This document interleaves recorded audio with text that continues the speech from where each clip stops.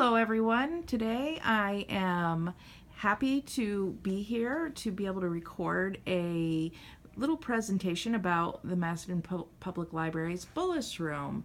The Bullis Room is a room that contains books that were part of Nettie Bullis's collection, and when she passed away, she bequeathed them to the library. So I am going to see if the town historian is here. Well, hello, Stacy. Come Hi, on Linda. in. This is the Bullis Collection. Wow, look how extensive it is. Lots of stacks of books. We have a locked collection for those rare books we own. And I'll have you come on over to the center of our collection. Look at this. It looks comfortable in this room. It Is there a reason for that? The books in this collection cannot be signed out. You have to read them here. So we tried to make it comfortable for people to find the books, to relax and enjoy them. Oh, what a great idea. You know, I wouldn't mind sitting in one of these nice, comfortable looking Stickley style chairs. That looks like a good place to read one. All right. So what do you have today? Well, first of all, my name's Linda Brown. I'm the historian in the town of Macedon. And I have an office here in the library, so it's my pleasure to help people find books once in a while within this system and to research some history or to find books they're interested in. My goal is to help promote this particular part of our library. So today we thought we'd take you through a little bit of the literature section. But before that, I do that, I'd like to tell you a little bit about Nettie Bullis. Okay. The Bullis family moved here from the New England area and settled in Macedon, New York in the late 1820s. Jeanette, or Nettie as she was called, Aurelia Bullis, was born in 1893. Her grandfather, Abram R. Bullis, was a physician. He was a cousin of Susan B. Anthony. Her father, Abram R. Bullis Jr., was an engineer and a surveyor.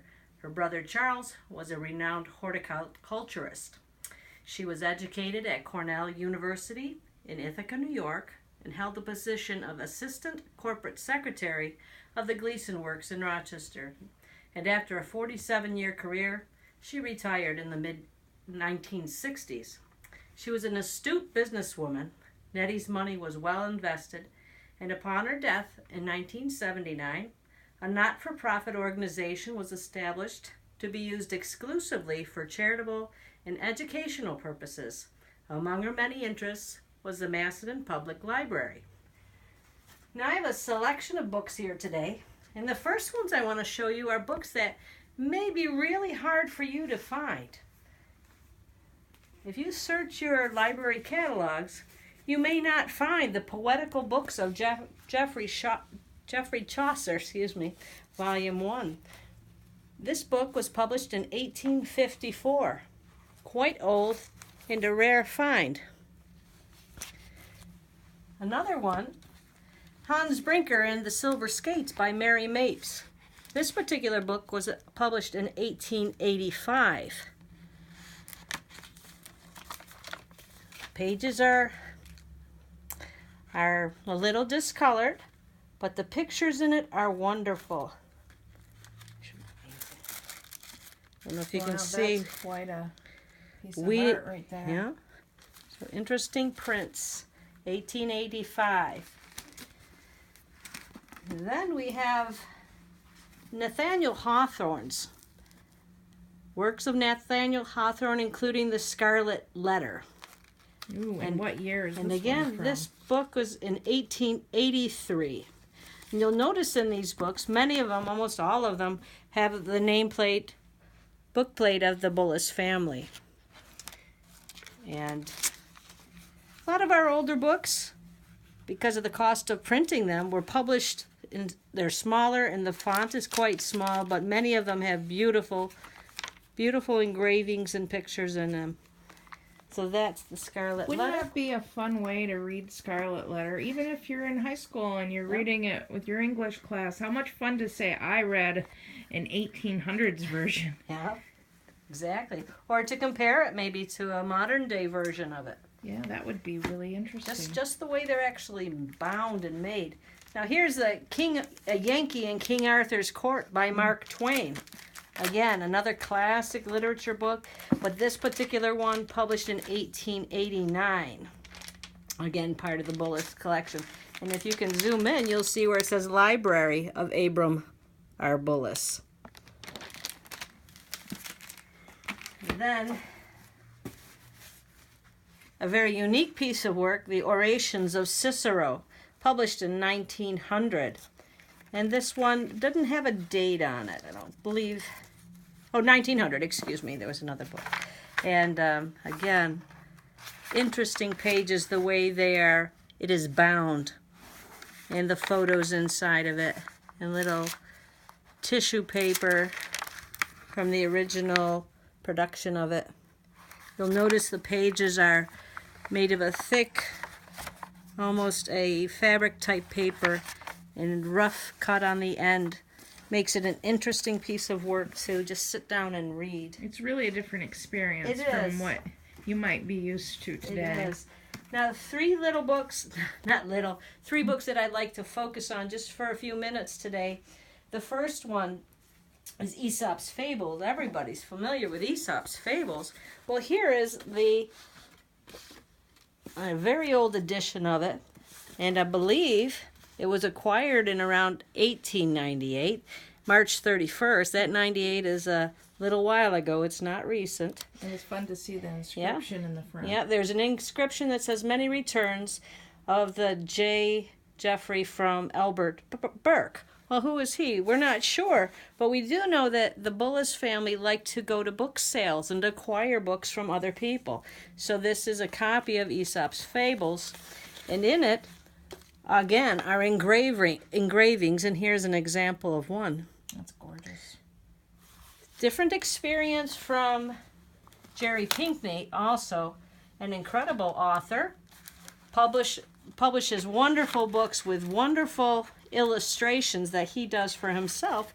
But this is a present-day book of the same set of stories. So it's amazing how books, sometimes their audience might change as our world changes. You want to make books and stories accessible to different people. Yeah, and I bet if you were to sit in here and grab the Jerry Pinkney version and then sit also with the older version and just compare some of the fables, I'm sure there would be some differences that you would notice. Yep, especially with maybe some of the language. Now, the Treasure Island book, which is right here, Treasure Island, published in 1908. Again, very old book with wonderful engraved printings. Again, the tissue paper separating the title page, if I can get it. Published by the Scriveners in 1908. Beautiful words on very old paper. Again, just the feeling of holding a book like this is awesome. Here's another excellent engraving. Compared to a Treasure Island of present day. Same story, maybe with a little different wording. And this is a graphic novel. Well, so you that's a big difference so right you there. see Treasure Island told to children in a whole different method. The goal is to get people to read. Right. And so children today would probably be more comfortable reading a book like this than an old book. But don't discount those older books. They're awesome to sit down and read.